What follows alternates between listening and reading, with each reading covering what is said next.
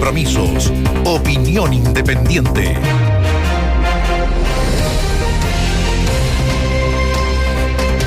Datos. 1. La tasa de inflación en Estados Unidos escaló en mayo hasta el 8,6% anual. La más alta en 40 años. La más alta en 40 años. Hoy día se entregó también la encuesta que hace el Banco Central a los expertos, los operadores de mercado, que estimaron que el Banco Central va a volver a subir la tasa de interés en julio al 9,5%, porque además han señalado que las presiones inflacionarias van a seguir y además aumentó la expectativa de crecimiento para este año de 1,5 a 1,7, pero la rebajó para el próximo de 0,5 al 0. O sea, las perspectivas en el mediano plazo por parte de los expertos, no diré que son sombrías, pero sí son de mucha cautela. Un escenario de inflación internacional, pero también nacional, y un escenario también que puede verse incidido, uno podría decir, por el encarecimiento de los productos básicos, los alimentos y todo eso, que están presionando fuertemente a los precios. En Estados Unidos, por ejemplo, un elemento clave para esta cifra inflacionaria fue el aumento de los precios de los combustibles a niveles también nunca visto antes, Loreto. Sí, como tú bien decías, un 8,6 interanual, ¿no? Para el mes de mayo fue 0,6, de todas maneras por sobre todas las expectativas del mercado. Un mercado que decía, claro, tenemos inflación alta, como se está dando en buena parte, por no decir en todo el mundo, ¿no? Pero decían que esto ya estaría tocando un punto máximo para después que vaya bajando la inflación. No sucedió así, porque en mayo interanual marca este máximo en 40 años, repetimos, ¿no? Entonces, ahí viene también la incertidumbre. Habían varios analistas que decían que en Estados Unidos de alguna manera ya se había tocado el pic y que iba a empezar a bajar esta inflación. No ha sido así, acompañado con toda la incertidumbre que estamos viendo en la situación de Rusia, de Ucrania, la consecuencia de los alimentos que ya hemos abordado largamente acá. Hay una situación de incertidumbre muy, muy compleja que también está haciendo, ¿no? Que la FED, todo indica, va a subir la tasa de interés ya la próxima semana. Hace también que, por ejemplo, el dólar en nuestro país haya cerrado muy alto, también 845 pesos, subió casi 20 pesos durante esta jornada. Siempre los auditores nos dicen, claro, la inflación está muy alta en Chile, ¿qué pasa en otros países? Bueno, esto es lo que está sucediendo en Estados Unidos. ¿Qué pasa, por ejemplo, en la eurozona? También se informó que en los 19 países, ¿no?, que se considera, también marca un hito la inflación interanual a mayo, un 8,1%, muy, muy impulsada con el aumento del precio de la energía. Evidentemente, ellos están más cerca de Rusia, les impacta muchísimo más. Pero Loreto, por ejemplo, hoy día el crudo, el petróleo, ¿cuánto cerró? Sobre los $120, sea tanto el Brent como el WTI. Esta inflación de Estados Unidos se explica por varias cosas, pero por ejemplo, el precio del crudo ha subido los últimos 2 meses más de un 100%.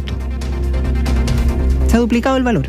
Claro, 106,7%, o sea, estaba en 60 y algo, ahora está en 120. Esa es la realidad. Y eso, obviamente, el petróleo incide porque flete, transporte... Toda la cadena productiva. A ver, y no solo los fletes, muchas empresas requieren combustible. Todavía tenemos muchos países, incluido Chile, donde a través de combustibles fósiles se genera energía eléctrica. Entonces, ya. Y los alimentos, en un año en Estados Unidos han subido un 10,1%. O sea, es un fenómeno global. Ahora, la pregunta que uno tiene que hacerse, o que debemos hacernos, es cuáles son los fenómenos locales, nacionales, que están incidiendo en la inflación y ver cómo esto se ataca. Y fíjate que yo tengo la sensación que no hay mucha claridad respecto a cuáles son las herramientas que podrían... No estoy hablando de elevar las tasas de interés para enfriar la economía, sino ¿hay algún elemento propio, local, que esté incidiendo en la economía? Bueno, algunos dicen por la incertidumbre económica, sí, eso genera algo. El encarecimiento del dinero, por ejemplo, por una baja en la inversión, no, también. La pregunta es qué se hace en ese escenario, qué se hace localmente para a lo menos paliar lo que está ocurriendo a nivel internacional. En lo inmediato, claro, se está hablando de más apoyo líquido a las familias más vulnerables, que son las que están sufriendo más directamente la inflación. Gastan todo su ingreso en alimentos, que lo hemos revisado, claro, también en lo que más ayuda focalizada para no generar lo que generó, porque ahora lo están reconociendo incluso los que votaron a favor de los retiros, ¿no es cierto? Que sobrecalentaron la economía porque generaron un exceso de liquidez tan grande que hasta el día de hoy se mantiene como remanente, y que eso, digamos, distorsionó en cierta medida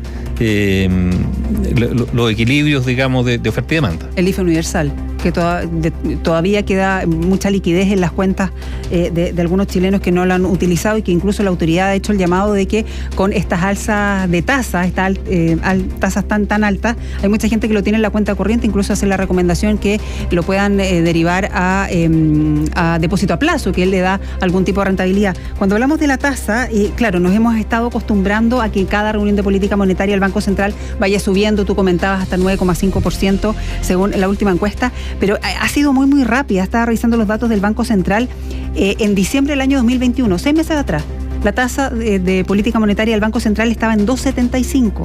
En 6 meses ha subido 6,25 puntos a lo que tenemos ahora, 9% de tasa de interés.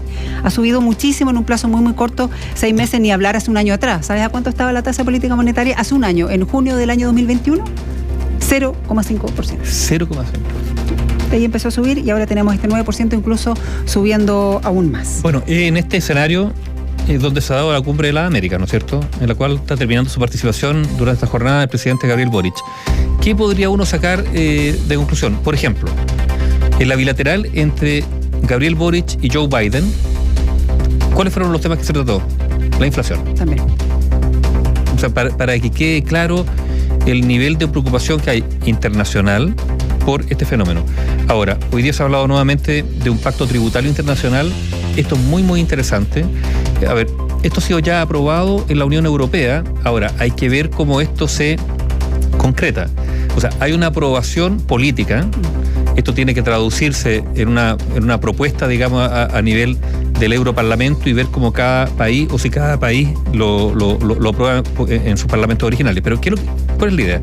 Es establecer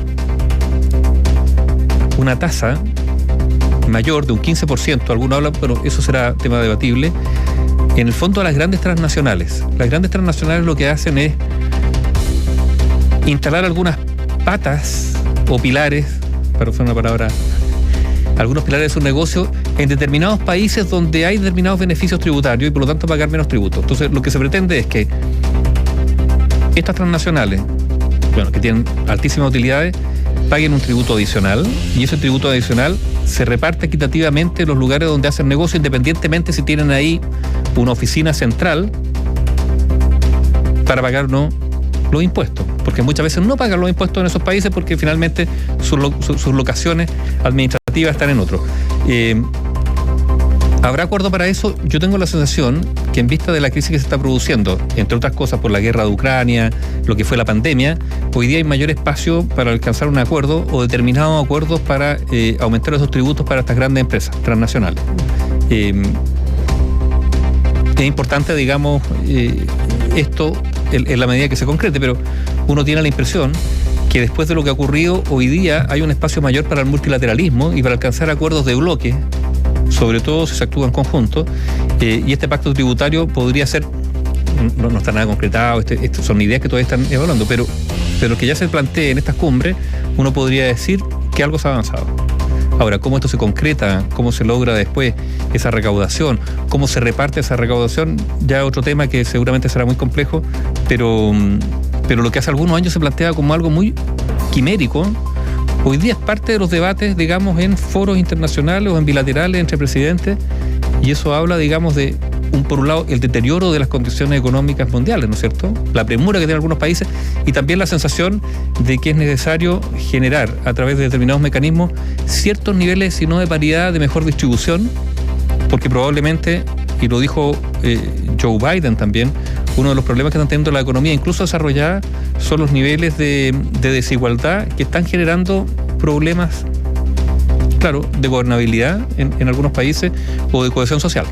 ¿Y te acuerdas tú que además antes, al comienzo de la pandemia, ¿no?, incluso estaban estas cartas firmadas por multimillonarios norteamericanos, multimillonarios de fortunas mundiales, digamos, que estamos hablando de ceros que uno no alcanza a contar, pero que ellos daban cuenta y estaban comprometidos justamente a eso, que decían que los que tienen más ingresos, más patrimonio, tienen que pagar una tasa mayor justamente en pos de menos brecha, ¿no?, justamente con eso, y que ya eran empresarios, insisto, de mucho mucho patrimonio a nivel mundial, quienes estaban también de alguna manera empujando, impulsando un poco este nuevo pacto global, si es que se quiere decir de alguna manera, y que también el presidente Boric daba cuenta de el fin de los paraísos fiscales, que está también en línea con lo que tú estás comentando, ¿no? La diferencia entre los países y las condiciones que tienen uno u otro país también para atraer la inversión. Ahora, a ver, la economía global, sí se puede hablar de economía global, pero existe la economía global, ha generado lógicas distintas. Y en esas lógicas distintas, gran velocidad de las transacciones, grandes posibilidades, por lo tanto, de acceder a mercados que uno podría decir más atractivos para el mundo empresarial, pero eso no ha ido a la par, y eso es lo que están diciendo muchos líderes. O sea, esto no ha ido a la par, ese avance en las posibilidades de inversión y de capitalización o de rentabilidad no ha ido a la par con un avance, digamos, en la capacidad de obtener de esas utilidades tributos justos. Finalmente, esa es como la ecuación que se está buscando con estas conversaciones.